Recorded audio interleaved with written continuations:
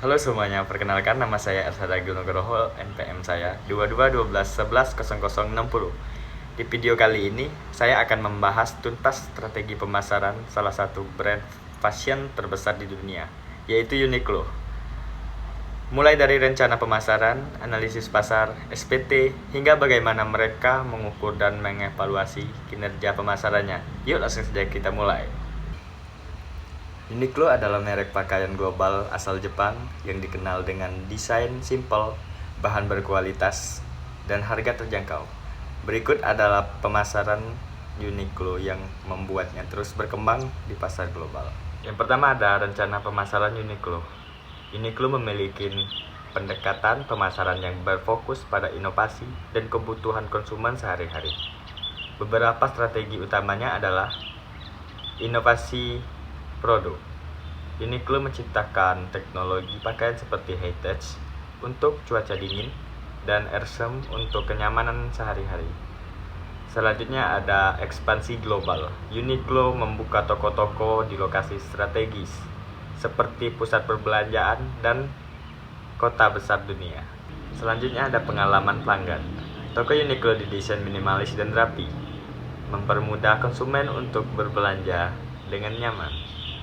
Dan yang terakhir ada pemasaran digital dan offline. Mereka menggabungkan strategi online dan offline agar konsumen mudah mengakses produk dan kapan saja. Dan yang kedua ada analisis pasar. Uniqlo bergerak di pasar pakaian kasual dan fungsional. Berikut analisis singkatnya. Yang pertama ada kekuatan. Produk berkualitas tinggi, desain minimalis, dan inovasi bahan.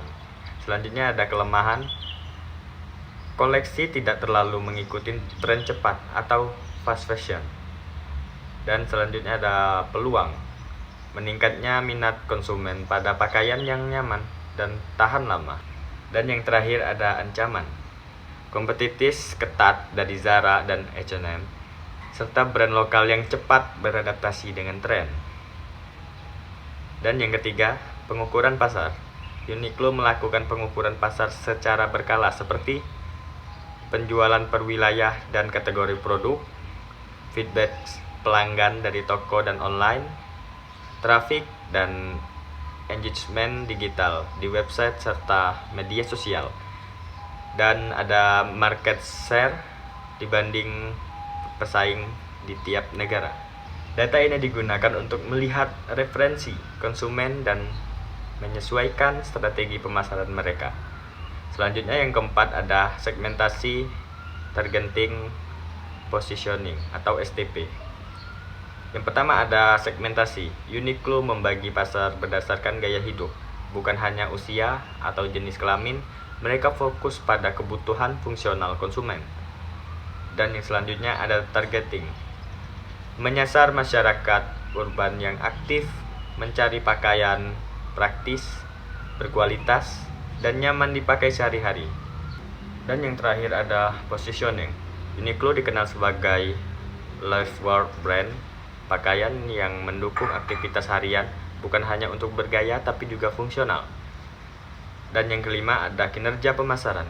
Uniqlo mengukur keberhasilan kampanye pemasarannya melalui pertumbuhan penjualan tahunan, return of marketing investment atau ROMI, tingkat loyalitas pelanggan dan repeat purchase. Dan yang terakhir ada performa kolaborasi brand seperti Uniqlo dan KWS atau Uniqlo dan Marimekko. Itu saja yang dapat saya sampaikan, lebih dan kurangnya saya mohon maaf. Sekian dan terima kasih.